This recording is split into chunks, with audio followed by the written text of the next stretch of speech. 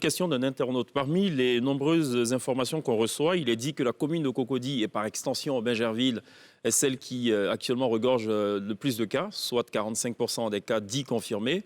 Or, dans le précédent discours du président, il a été évoqué un confinement par aire géographique selon l'évolution de la situation.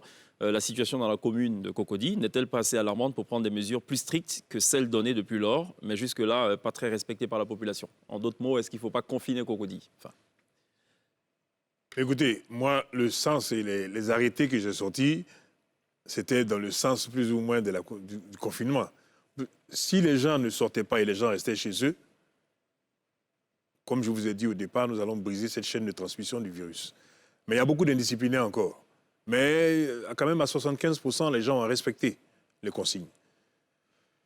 Là, nous sommes arrivés à un stade où il faut que les gens comprennent. Et vous allez voir que Cocody a mis en place depuis un bout de temps distribution d'abord des kits, sensibilisation de la population, lavage des mains, le port du masque obligatoire, tenir les distances. Et même nous sommes passés à distribution de certains vivres à des populations qui sont le plus touchées, puisque malheureusement pour nous, au niveau de la Côte d'Ivoire, on a beaucoup d'informels, donc des gens qui sont au jour le jour. Ces gens-là, il faut survenir. Vous avez les gens du troisième âge, vous avez certaines familles vulnérables, c'est à ceux-là que nous avons pensé et nous avons commencé à distribuer des kits pour pouvoir les aider et leur demander « restez chez vous ».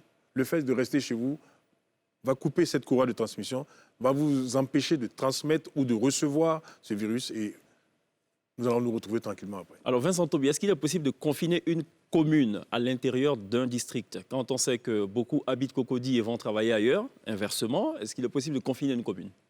Bon, il faut savoir que la situation évolue, vous le savez, on était à un cas, ensuite aujourd'hui on a un certain nombre de cas, on a des centaines de cas. Et donc les mesures du gouvernement sont graduelles en fonction de la gravité de la situation, du type de population, du profil des personnes contaminées et de la localisation géographique. Donc si vous regardez bien l'actualité, on a eu un séquençage hebdomadaire. Depuis un mois, chaque semaine, il y a de nouvelles mesures en fonction de l'évolution. Il y a eu d'abord les mesures ordinaires des mains, ensuite il y a eu le communiqué du CNS avec la fermeture de certains sites, il y a eu ensuite la déclaration du président de la République, il y a eu ensuite le décret qui a été pris pour instaurer l'état d'urgence, il y a eu le coup-feu, il y a eu dernièrement une réévaluation et aujourd'hui le gouvernement se réunit. Donc chaque fois que ça évolue, on prend des... Donc pour répondre directement à votre question, il y a un certain nombre de facteurs sociologiques, économiques. Vous savez, confiner, ça demande beaucoup de choses. Et tous ces éléments sont appréciés avant de prendre une décision éventuellement. Donc toutes les mesures sont sur la table du gouvernement pour pouvoir endiguer la maladie. Est-ce que c'est quelque chose qui est tenable, raisonnablement?